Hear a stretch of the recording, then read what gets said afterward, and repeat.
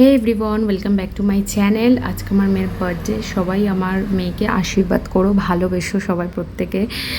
আর এই যে midnight celebration হচ্ছে, আর ওই যে ম্যাঙ্গো ফ্লেভারটা দেখছেন, ওইটা আমার দেওর নিয়ে এসছে, ওর কাকাইয়া ওর জন্য। আর যেটা চকলেট ফ্লেভার, ওটা ওর বাবাইয়া নিয়ে এসছে। আর এই যে ড্রেসটা সুন্দর পড়েছে, এটা আমার ননদ ওকে গিফট করেছে। তো ভীষণ এক্সাইটেড। দাদু পিপি মানে আমাদের বাড়িতে প্রচুর লোকজন, সবাইকে নিয়েও কেক কাটতে ভীষণ পছন্দ করে এবং ভীষণই এক্সাইটেড। দেখতে পাচ্ছ ঘর ভর্তি লোকজন। আর এই ছোট্ট বেবিটা একটু কান্নাকাটি করছিল তখন। তারা যারা এসেছিলো তারা কয়েকজন গিফট দিয়েছে, ম্যাক্সিমামই গিফট দিয়ে দিয়েছে। ও আর ওর তর্স হয় না, ও রাত্রেবেলাতেই মানে গিফট খুলতে বসে গেছে। একদম কি এক্সাইটেড ও। পাপ্পি হাউস পেয়ে মানে ওইটা ওর একদম উইশ লিস্টে ছিল যে ওর একটা পাপ্পি হাউস লাগবে। মানে পেয়ে যাও যে কি এক্সাইটেড, মানে সেটার মানে আমি যদি ভয়েস মানে ওর ভয়েসটা দিতাম তাহলে বুঝতে পারতেন। তো সেই জন্য আর দিলাম না, কারণ একটু ফাস্ট ফরওয়ার্ড করতে হবে আমাকে, সেই জন্য আর দিলাম না। তো কেমন লাগছে সাজগোজটা প্লিজ কমেন্ট করে তোমরা জানাবে।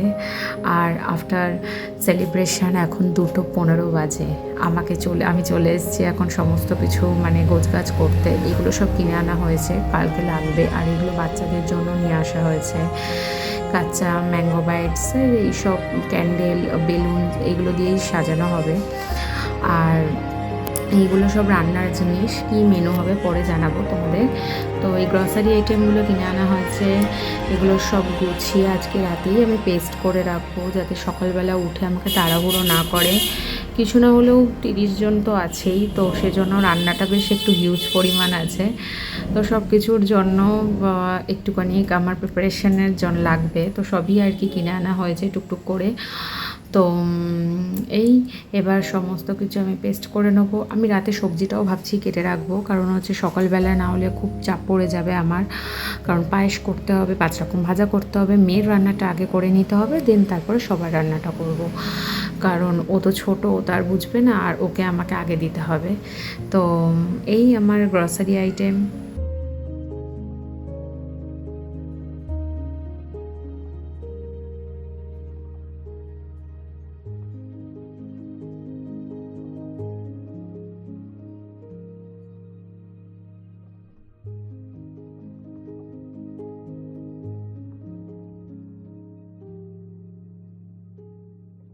যেদিন আমি প্রথম মা হই তখন এই ফ্যামিলির 17 বছর পরে মানে আমি প্রথম মা হই। তো মানে যখন যাই আমি হসপিটালে, প্রত্যেকে গেছিলো। আর আমার মনে আছে ওই দিনকে হসপিটালে প্রায় 100 জনের মতো লোক হয়েছিল, নার্সের লোকজন। মানে আমার তখন অতটা তো মানে তন্দ্রাচ্ছন্ন হয়ে গেছিলাম। যখন আমার ডেলিভারি হয়ে গেছে, জাস্ট আমাকে কেবিনে দেবে, তখন মানে আমার ওষুধে তখন ঘোর আস্তে আস্তে আসছে, মানে আমি তখন ঘুমিয়ে পড়বো এরকম অবস্থা। তো দেখি ওয়ার্ড বয়রা কানের কাছে বলছে এই পেশেন্টের বাড়ি থেকে প্রায় 100 লোক এসছে, প্রচুর লোক এসছে এই পেশেন্টের বাড়ি থেকে, এত কথা বলছে, রিসেপশনের লোকরা বের করে দিয়েছে। তো আমাকে যখন বেডে দিয়েছে, আমার যখন সেন্স এসছে, তখন আমাকে বলছে তোমার বাড়ি থেকে এত লোক এসছে, তোমার বাড়িতে এত লোক থাকে। তো হ্যাঁ, সেই দিনটা ভীষণ মেমোরেবল আমার কাছে। আর আমার মেয়ে যখন প্রথম আমার হাজব্যান্ড দেখে, সেই মোমেন্টটা ক্যাপচার কেউ করতে পারেনি। তবে আমি শুনেছি আমার ননদের কাছে ও নাকি কেঁদে ফেলেছিল, স্বাভাবিক। আর ওর কাছে যে কী, ও আমার কাছে অনেক, কিন্তু মায়ের কাছে সন্তানরা, মা বাবার কাছে প্রত্যেকটা সন্তানই আপন হয়, নিজের মতো হয়। তো আমার কাছেও সেরকম। কিন্তু মানে ওটা যে কী পাওয়া, সেটার মানে আমি ভাষাতে প্রকাশ করতে পারছি না। যারা যারা মা হয়েছো সেই পাওয়াটা বোঝো। আর এই স্পেশাল দিনগুলোকে কীভাবে স্পেশাল ফিল করানো যায়, সেটা আমরা সবসময় চেষ্টা করব। ওর অনেকগুলো উইশ থাকে বার্থডে নিয়ে। আমরা এই বয়সে এতটা এক্সাইটেড থাকতাম না বার্থডে নিয়ে, বাট ও এইটুকু বয়সে ওর বার্থডে নিয়ে এত এক্সাইটমেন্ট ওর।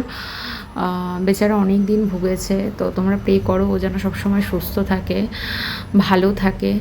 তো ওর বার্থডেটা যেন খুব ভালো কাটে, আর ও যেন এভাবেই আনন্দ করতে পারে, আর আমরা যেন এভাবেই আনন্দ ওকে দিতে পারি। তো তোমরা ব্লগটা দেখো, কেমন লাগলো অবশ্যই কমেন্ট করে জানিও। আর প্লিজ ওর জন্য প্রে করো, আমার বেবির জন্য। পায়েসটা আমার ডান, সকালবেলা উঠে চাটনি আর পায়েসটা মোটামুটি ডান। নেক্সট ব্লগ আসছে, বাই।